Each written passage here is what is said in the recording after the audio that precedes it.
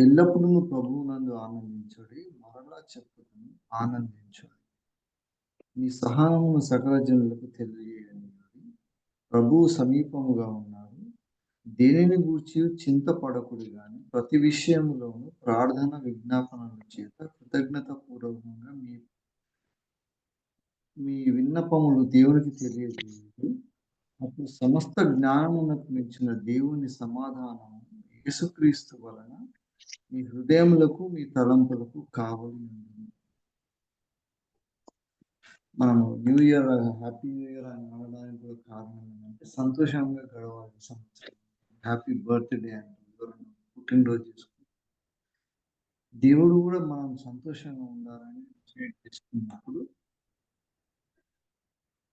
మనం సంతోషంగా ఉండకపోవడానికి కారణాలు ఏముంటాయంటే, మన హృదయాలకు, మన తలంపులకు అటాక్ చేస్తుంది సైతాను. మన హృదయాలు, మన తలంపులు 2 ప్రత్యేకమైన విషయాలు. ఈ మన తలంపుల వల్లనే మన హృదయంలో సంతోషం వస్తది. తలంపులు ఎట్లొస్తాయంటే, మనం ఇమాజిన్ చేసి ఆలోచిస్తుంటాం. తలంపులు అంటే మన బ్రెయిన్‌లో అది జరుగుతుంది తలంపు. దాని రియాక్షన్ మన హృదయానికి. హృదయం అనేది ఒకటి ఉండదు. మనిషి ఇట్లుంటే ఎక్కడుంది మనిషి హృదయం ఎక్కడుంది? మనిషి హార్ట్ ఎక్కడుందంటే తెలుస్తది గానీ, హృదయం అనేవాడికి దేవుడొచ్చి అక్కడనే ఉంటాడు. హృదయం హృదయం దగ్గర తలుపు తడుతుంది. సో, మనం ఫిజికల్‌గా మనకు కనిపించినప్పుడు మన శరీరంలో ఆత్మ ఎక్కడుందంటే, ఆత్మ ఎక్కడుందని చెప్పరాదు. ప్రాణం పోయినప్పుడు శరీరం అంతా చనిపోయిందనమాట. సో, శరీరము, ప్రాణము, ఆత్మ ఈ 3 ఉన్నాయి. సో, ఈ ప్రాణము, ఈ ఆత్మ రెండిటిని కలిపి కాంబినేషన్ ఈ 2 ఫీలింగ్స్‌ని మంచిగా చేసేది హృదయం. సో, ఆత్మ కూడా మనం నిరంతరం దేవునితో సన్నిధిలో ఉండాలంటే, ఈ హృదయం సరిగ్గా ఉండాలి అని. దేవుని హృదయానుసారి అని. దేవుడు కూడా ఆయన పోలికలు చేసుకున్నప్పుడు ఈ 3 ముఖ్యమైనయి. మనం కొన్నిసార్లు ఇప్పుడు అంతే ఒక స్టేజ్ వచ్చినాక ఒకడు డబ్బు సంపాదిస్తే ఆనందం ఉంటదనమాట. డబ్బంతా సంపాదించినాక వానికి ఆనందం ఉండదు. ఒకడు ఏదైనా కంట్రోల్ చేస్తే అలెగ్జాండర్‌ని తీసుకోండి. ఇప్పుడు రాజులని, చక్రవర్తిని తీసుకోండి. ఒక రాజ్యాన్ని జయిస్తే వాడు గొప్పగా సంతోషంగా వ్యక్తపడతాడు. దాని కొరకు ఏమో చాలా కష్టపడతాడు. యుద్ధాలు చేస్తాడు. ఆ రాజ్యం సంపాదించినాక వానికి ఉన్న ఆనందం మళ్ళీ పోతది. సమ్‌వేర్ మళ్ళా ఇంకో రాజ్యాన్ని యుద్ధం చేద్దాం. అక్రమంగా చేసేటోడు. తాగినప్పుడు తాగితే మంచిగా ఉంటదనుకుంటాడు. కానీ మళ్ళా వాడు సంతోషం పోతుంది. మళ్ళా తాగుతాడు. మళ్ళా పోతుంటాడు. మన హ్యాపీనెస్ పెరినియల్‌గా కంటిన్యూయస్‌గా ఉండాలి. పర్మనెంట్‌గా ఉండాలంటే దేవుడు అడుగుతున్నాడు. దానికి దేవుడు కావాలి కావాలి అంటున్నాడు. మన హృదయాలకు, మన తలంపులకు కావాలి కావాలి. మన ప్రార్థన విజ్ఞాపనం కూడా ఇటువంటి చింత పడకుండా చేయాలి. దేనిని గురించి చింతపడకూడదు గానీ ప్రతి విషయంలో ప్రార్థన. ఎందుకంటుందంటే, మళ్ళా ఖచ్చితంగా మీరు సంతోషంగా ఉండండి, ఆనందించండి. సో, యేసయ్య మనకు కావాలో ఉన్నది. అప్పుడు సమస్త జ్ఞానమునకు మించిన దేవుని సమాధానం మనకు కలగాలి. దేవుని సమాధానం మనల్ని సంతోషంగా ఉండడానికి కారణం అదే. దేవుడిచ్చిన సమాధానం ఉన్నవాడు సంతోషం. ఏ పరిస్థితులున్నా ఎటువంటి ఎటువంటి సిట్యుయేషన్ వచ్చినా సంతోషమే ఉంటదన్నమాట. మనం సంతోషంగా ఉండాలంటే దేవుడు సంతోషంగా ఉంటేనే మన లోపల హృదయంలో సంతోషం ఉంటది. అది మనకు మత్తయి సువార్తలో కనిపిస్తది. దేవుడే అంటాడన్నమాట. ఈయన నా ప్రియ కుమారుడు, ఈయనందు నేను ఆనందించుచున్నాను. దేవుడు సంతోషపడాలి ఫస్ట్. దేవుడు సంతోషపడితేనే మన లోపల ఆ సంతోషం పర్మనెంట్. దేవుడు దేని గురించి సంతోషపడతాడు? ఆ సంతోషము, సమాధానము మనల్ని కావలి కాస్తది అంటున్నాడు. హృదయాలకు, మన తలంపులకు. లేకపోతే మన హృదయాలను, తలంపులని కరప్ట్ చేయడానికి సైతాను రెడీగా ఉంటాడు. అందుకే ప్రపంచంలో ప్రతి ఒక్కరికి కూడా ఎంప్టీనెస్ అనేది ఉంటది. దేవుని సమాధానం ఆ లోపల లేనంత వరకు వాని లోపల ఒకలాంటి అలజడే ఉంటది. అందుకనే ఈ అలజడి నుంచి నాకు సమాధానం దొరుకుతలేదు. అసలు ఇది ఎట్లా రావాలి? భగవంతునితోటే వస్తదని ఆలోచించి దాని గురించి మెడిటేట్ చేసి తపస్సు చేసిన ఎన్నో అంతో మనసులో ఆ సంతోషం లేదు. ఆ ఎంప్టీనెస్‌ని దేవుడు నింపాలని దేవుని కోసం వెతకడానికి దేవుడు అది క్రియేట్ చేసిండు. ప్రతి మనుషుడు అందుకనే దేవుడు ప్రతి ఒక్కరికి రక్షణ కొరకు తనకు కావాల్సిన అన్ని ఇచ్చిండు. సో ఇది ఆలోచించాలి. ప్రతి మనిషి ఆలోచించాలి. నేను ఈ పని చేస్తున్నా కదా! దీంతో నాకు సంతోషం కలుగుతుంది. కానీ ఎంతసేపు కలుగుతుంది? దాని తర్వాత సంతోషం పోతుంది. అయితే నేను సంతోషపడడానికి వేరొన్ని దుఃఖపరిచే పరిస్థితి వస్తుంది. అది నిజమైన సంతోషం కాదు. హ్యాపీగా అనిపిస్తలేదు. సో ఈ సంవత్సరం అంతా కూడా మనం సంతోషంగా ఉండాలంటే దేవుని యందు సంతోషంగా ఉండాలంటే దేవుడు ఆయన అంటున్నాడు. ఈయన నా కుమారుడు, ఈయన ఆనందించుచున్నాను. ఈయన మాటలు వినుడి అని యేసయ్య గురించి దేవుడు సంతోషించాడు. అట్లనే దేవుడు ఇంకొక దేవదూత ఉంది. ఆల్మోస్ట్ యేసయ్యకు ఉన్నంత ఆధిక్యత వాని పరలోకంలో ఉంటది. లూసిఫర్ వాడు పడిపోతాడు. పడిపోయినప్పుడు దేవుడు అంటాడు, "నువ్వు చేయబట్టి నాకు బాధ అవుతుందిరా. నువ్వు చాలా ఆయాసం కలిగిస్తున్నావు" పక్కకు పెడతాడు. అక్కడ ఉంటది బైబిల్‌లో యెహెజ్కేలు గ్రంథంలో లూసిఫర్ ఎందుకు పడిపోతాడు? వాడి లోపల నెగెటివ్ ఎందుకు అవుతాడు అనేది ఉంటది. ఏమనంటే యెహెజ్కేలు ప్రవచన గ్రంథం 28వ అధ్యాయం 25 నీవు నియమింపబడిన దినం మొదలుకొని పాపము నీ యందు కనబడు వరకు ప్రవర్తన విషయంలో నీవు యథార్థవంతుడిగా ఉంటేవి.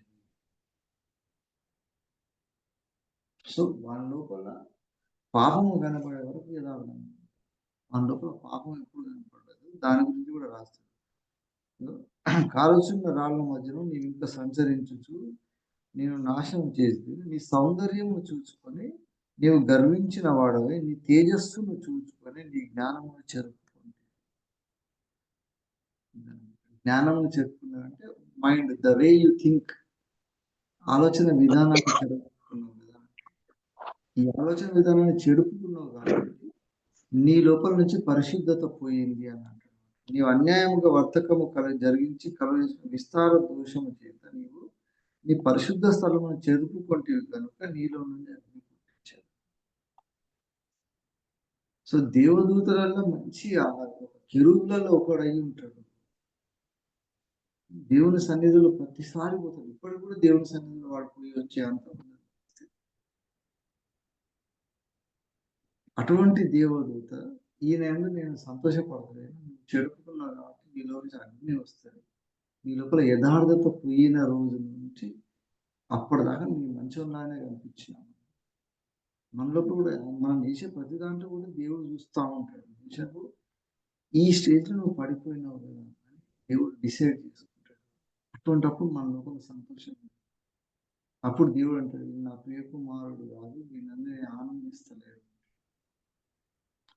ఒక్కసారి దేవుడు అట్లా అనుకున్నాడంటే మన జీవితంలో ఏది చేసినా కూడా సంతోషం. డబ్బు సంపాదించను, పరపతి సంపాదించను. ఇప్పుడు ఈ ప్రపంచంలో గ్రేట్ అని ఏమనుకుంటున్నారు? మోస్ట్ పాపులర్ పీపుల్ ఉన్నారు. వాళ్ళందరూ కూడా ఎవ్వరు వాళ్ళ ప్రపంచంలో ఉన్న ప్రతి ఒక్కరికి కూడా ఇదే పరిస్థితి. అయితే ఇట్లా సంఘాలలో కూడా దేవుని నుంచి ఆనందించి, దేవుని స్తుతించి గణపతి పరిస్థితి వచ్చినప్పుడు ఎక్కడ ప్రాబ్లమ్ వస్తుందో అది ఒకసారి మనం గమనిద్దాం. అది సేమ్ ఇదే పాలసీలో చేస్తుంది.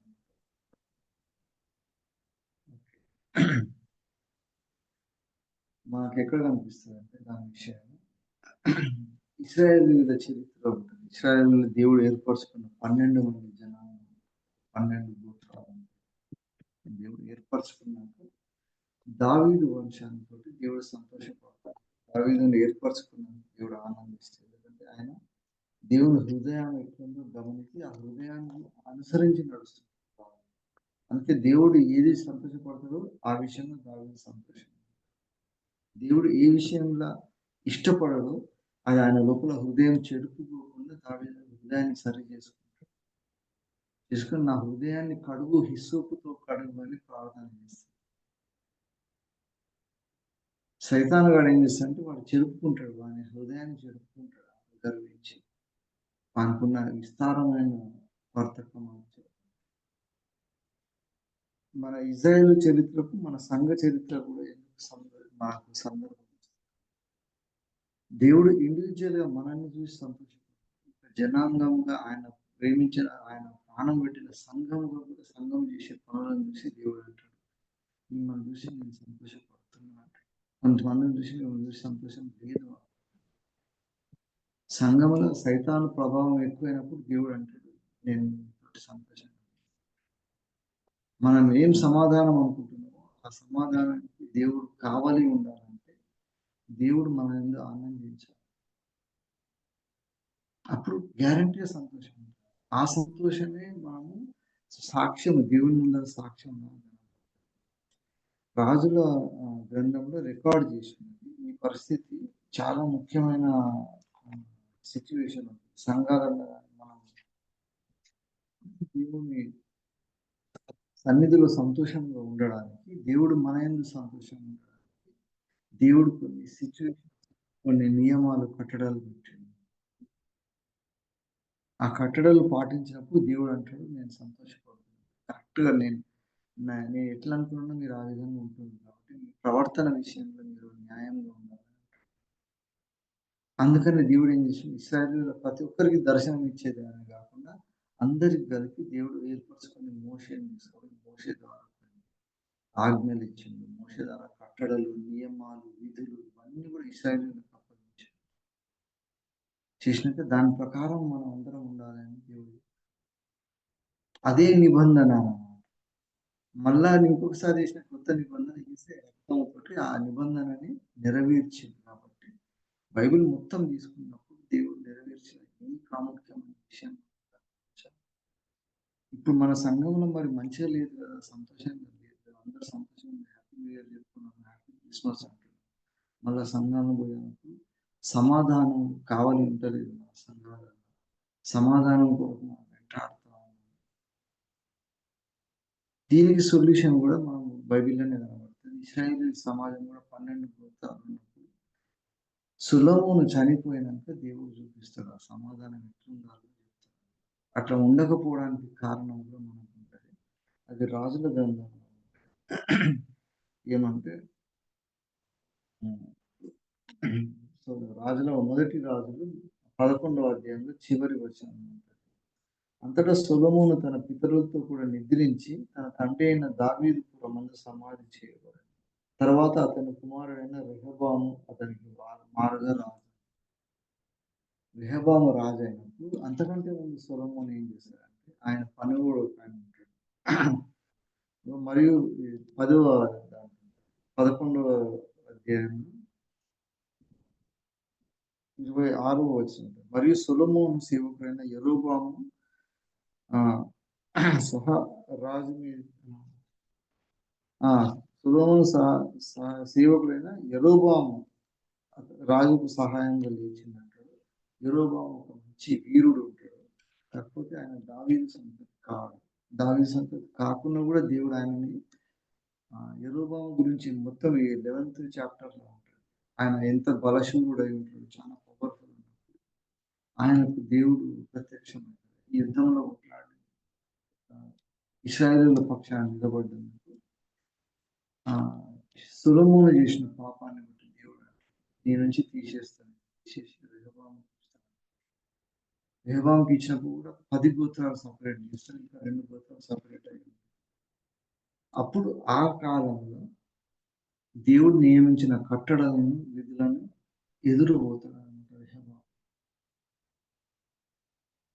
ఇప్పుడు సంఘాలలో కూడా దేవుడు కొన్ని కట్టడాలు, విధులు నిర్మించినప్పుడు దాని నుంచి డీవియేట్ అయిపోవడానికి, దేవునికి మహిమ కలగడానికి ఏ విధమైన పరిస్థితులు ఉన్నాయో దానికి భిన్నమైన పరిస్థితులు ఒకటి క్రియేట్ చేసేటోడు రెహబాము.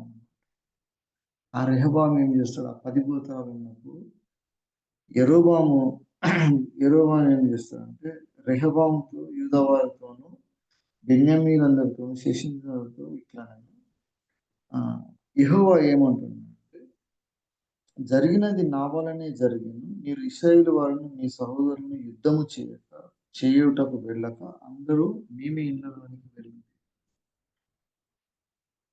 సో సొలొమోను కుమారుడైన రెహబాము మళ్ళీ యుద్ధం చేద్దామని అందరిని పూలప్ చేసుకుని మిగతా గోత్రాలతో కొట్లాడదామని వచ్చినప్పుడు దేవుడు అంటాడు, నా చిత్తం నెరవేర్చలేదు కాబట్టి నేను యెరోబాము చేసిన పాపాన్ని బట్టి నేను ఆయనకు దూరం అవుతున్నాను.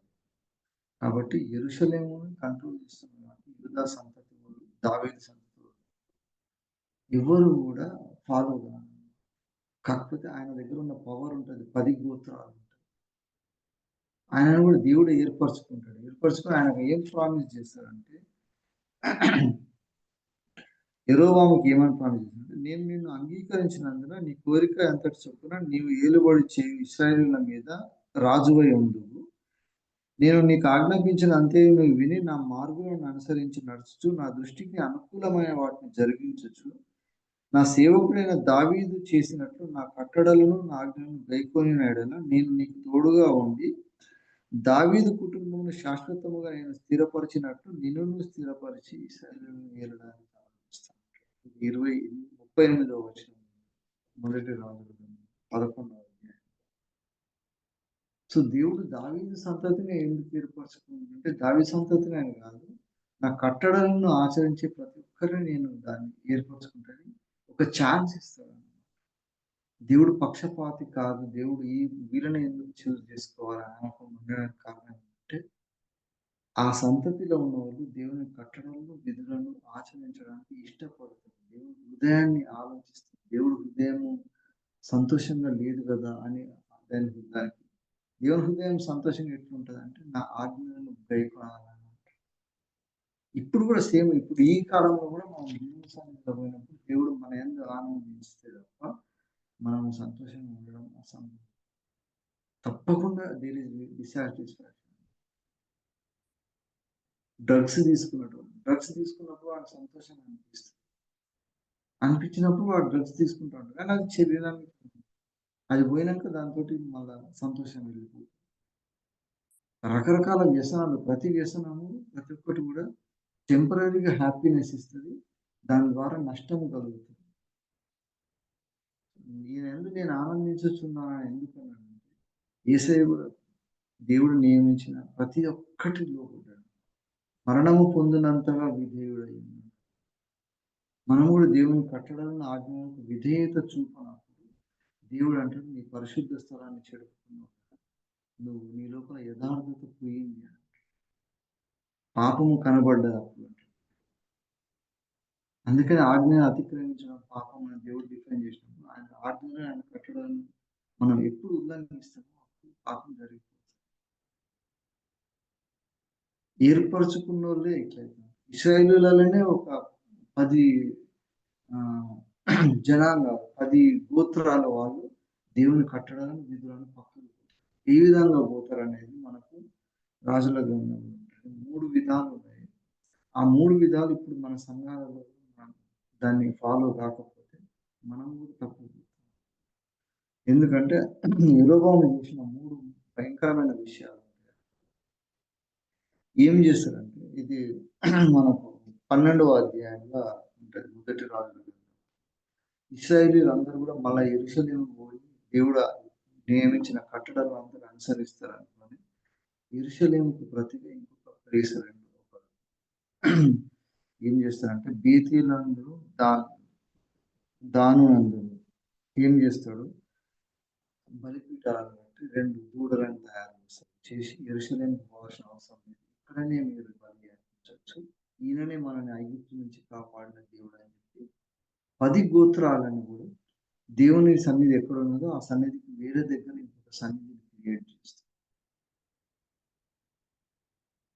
అందుకని నీ పరిశుద్ధ స్థలాన్ని చేరుకున్నావు అంటే సైతాను గాని ఆలోచన ఉన్నప్పుడు ఇట్లా జరుగుతుంది. అందుకని అవుట్ సైడ్ చర్చ్ ఏదన్నా మనం చేస్తే ఇదే బాగానే ఉంది అనుకుంటున్నాం, దేవుడు సైతాను పని చేస్తున్నాడు. మన లోపల సంఘాలలో కూడా విడిపోయి వెరవర పెట్టుకోవడానికి కూడా అదే కారణం. ఒకరినొకరు మధ్యలో విభేదాలు వచ్చినప్పుడు దేవుని సన్నిధిలో ఎవరు తప్పు వాళ్ళు సరి చేసుకోకుండా, నీతో నాకు వర్తలేదు కానీ వాడు ఇంకొక చర్చ పెట్టుకుంటాడు, వాడు ఇంకొక మినిస్ట్రీ స్టార్ట్ చేస్తాడు, ప్రతి సంఘం నుంచి విడిపోతాడు, సంఘం అంతా ముక్కలు అయిపోతా ఉంటుంది. సంఘంలో ఆదిమ సంఘము విభజింపబడ్డదంటే అప్పుడు ఆ కాలంలో విశ్వాసుల మీద అన్యులు దాడి చేసినప్పుడు సంఘము విస్తరించింది. ఇప్పుడు మన సంఘాలు విస్తరిస్తున్నాయి అనుకుంటున్నాను, మన సంఘాలు విభజించుకుంటున్నాయి. దాన్ని కంపేర్ చేసుకోవడానికి వీలు కాదు. అక్కడ యెరొబెయాము చేసిన మొదటి పాపం ఏంటంటే పరిశుద్ధ స్థలాన్ని తీసి ఇంకొకటి క్రియేట్ చేసి, మనం కూడా అట్లే ఇక్కడ సమాధానం ఉండాలని, సంఘంలో సమాధాన పడాలనే ఆలోచన వదిలేసుకుని సమాధానం లేకుండా వాడు ఇంకొక దగ్గర పెట్టుకుంటాడు. దేవుడు మనల్ని కాపాడిన ఆ దూడలు కాపాడినాయి. కూడా మనల్ని ఎంతో మంది నేను చేయబట్టేటుంది, నేనే గొప్ప వాని అహంతోటి సంఘాలన్నీ చెడిపోతుంది. అది పరిశుద్ధ స్థలాన్ని చేరుకోవాలి. అప్పుడు దేవుడు అంటాడు, నీ అందు నేను ఆనందిస్తాను. ఇంకొక పాయింట్ ఎక్కడ ఉన్నదంటే, ఇంకొక విధంలో ఎప్పుడు చెడగొడతాడంటే, లేవీయులు కానీ సాధారణమైన వారితో కొందరిని యాజకులుగా నియమించారు. దేవుడు ఏర్పరచుకున్నది కాకుండా దేవుళ్ళతో మిస్ప్లేస్. శాంక్టిటీ చెడగొట్టడానికి రెండు ఉన్నాయి. ఒకటేమో పరిశుద్ధ స్థలాన్ని నుంచి వేరైపోవడం, ఇంకోటి పరిశుద్ధ స్థలంలో చేసేది ఏది ఉన్నదో అక్కడన్నా సరి చేసుకొని మనం రావడానికి అవకాశం లేకుండా, ఆ పరిశుద్ధ స్థలంలో ఉండాల్సిన దేవుని కట్టడలను ఎవరు రెస్పాన్సిబుల్ ఉంటారో వాళ్ళని కూడా అన్‌క్వాలిఫైడ్ పీపుల్‌ని అక్కడ పెట్టేస్తారు. మన సంఘాలలో కూడా అది భయంకరమైన పాపం జరగబట్టి 40 సంవత్సరాలు కాన్ఫరెన్స్ యథార్థ పరులు కాకుండా ఆలోచపడి ఏది చెప్తే అది విని దేవుని కంటే ముఖ్యంగా ఎస్ అనేటోళ్ళు ఉంటారు కదా, ఎస్ మెన్. వాళ్ళతోటి సంఘాలు నాశనం. అటువంటి వాడిని పట్టుకొచ్చి ఎవరు పడతాను రెవరెండ్ చేసి పెట్టేసి మన కాన్ఫరెన్స్. వాళ్ళకు క్రమం ఉన్నదా లేదా గమనించే పరిస్థితి లేదు. ఫస్ట్ పరిశుద్ధ స్థలం జరిపిస్తారు, తర్వాత దేవుని కట్టడలను విధులను ఎవరు ఆచరించాలో అక్కడ అయోగ్యులను మధ్యలో చేస్తారు. ఇది యెరొబెయాము చేసిన భయంకరమైన రెండవ పాపం. ఇది మన దగ్గర మళ్ళా జరిగితే మన సంఘాలలో కూడా ఒక్క సంఘ కాపురి మంచోడు కాకపోతే సంఘం అంతా ఎన్ని సంఘాలు అట్లా. ఇంకొకటి ఏం చేస్తుందంటే, దేవుడు ఇశ్రాయేలీయులందరినీ కూడా పండుగలు ఆచరించడానికి పండుగలు పెట్టిన దాంట్లో కూడా ముఖ్యమైన 7 పండుగలు ఉన్నాయి ఇశ్రాయేలీయులకు. దాంట్లో 3 పండుగలు ఖచ్చితంగా యెరూషలేముకు ప్రతి సంవత్సరం పోయి యెరూషలేములో జరిగించాల్సిన పండుగ. ఆ పండుగలలో అన్నిట్లలో ఎక్కువ సంతోషపడే పండుగ ఒకటి ఉంటుంది. ఏంటంటే పర్ణశాల పండుగ. ప్రతి ఒక్కరు పోయి యెరూషలేము దగ్గర పర్ణశాల వేసుకొని అక్కడ సెలబ్రేట్ చేయాలి. ద ఫీస్ట్ ఆఫ్ ద టాబర్నకల్స్ అంటారు. సో అందరూ ఎక్కడున్న అన్ని గోత్రాలు యెరూషలేము. అక్కడ పోతుందనే వాడు ఏం చేస్తాడు, వీరి దగ్గర బేతేలు దాని దగ్గర పెడతాడు.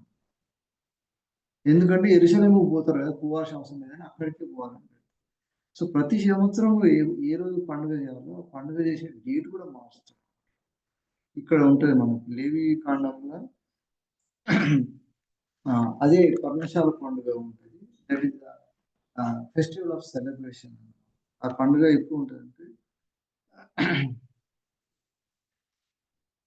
మనకు లేవియ కాండంలో దేవుడు ఇచ్చిన కట్టడలు ఉంటాయి. 23వ అధ్యాయం 33వ వచనం. మరియు యెహోవా మోషేకి ఇలా సెలవిచ్చాను, నీవు ఇశ్రాయేలీయులతో ఇట్లనము, ఈ 7వ నెల 15వ దినం మొదలుకొని 7 దినముల వరకు యెహోవాకు పర్ణశాల పండుగ జరుపుకోవాలి. ఇదన్నమాట. సో 7వ నెల 15వ దినం అంటే యెరొబెయాము ఏం చేస్తాడు, రెహబాము చేసిన అంటే 8వ దినం 8వ మాసము 15వ దినము ఉత్సవ కాలం అని నిర్ణయిస్తారు. సెలబ్రేషన్ చేసే టైం కూడా చేంజ్ చేస్తారు. ఇశ్రాయేలీయులు దేవుడు ఎక్కడుండి అక్కడికి పోకుండా వేరే దగ్గర క్రియేట్ చేస్తారు. చేసినాక దేవుని విధులను ఎవరెవరు సరిచేయాలో అటువంటి యాజకుల బదులు అయోగ్యులను యాజకులు పెట్టి దేవుని సన్నిధిలో కనబడడానికి ఏది కారణం నిర్ణయించింది. ఐగుప్తు నుంచి ఇశ్రాయేలీయులను ఏ విధంగా రక్షించిందో అది గుర్తు చేసుకొని సంతోషపడాలి. ప్రతి తరం వారికి ఐగుప్తు నుంచి దేవుడు విడుదల చేసిన దాన్ని ప్రతి తరానికి అర్థం కావాలని అది పెడతాం. అప్పుడు ఆ 7 దినాలు కూడా దాన్ని గుర్తు చేసుకుంటాం.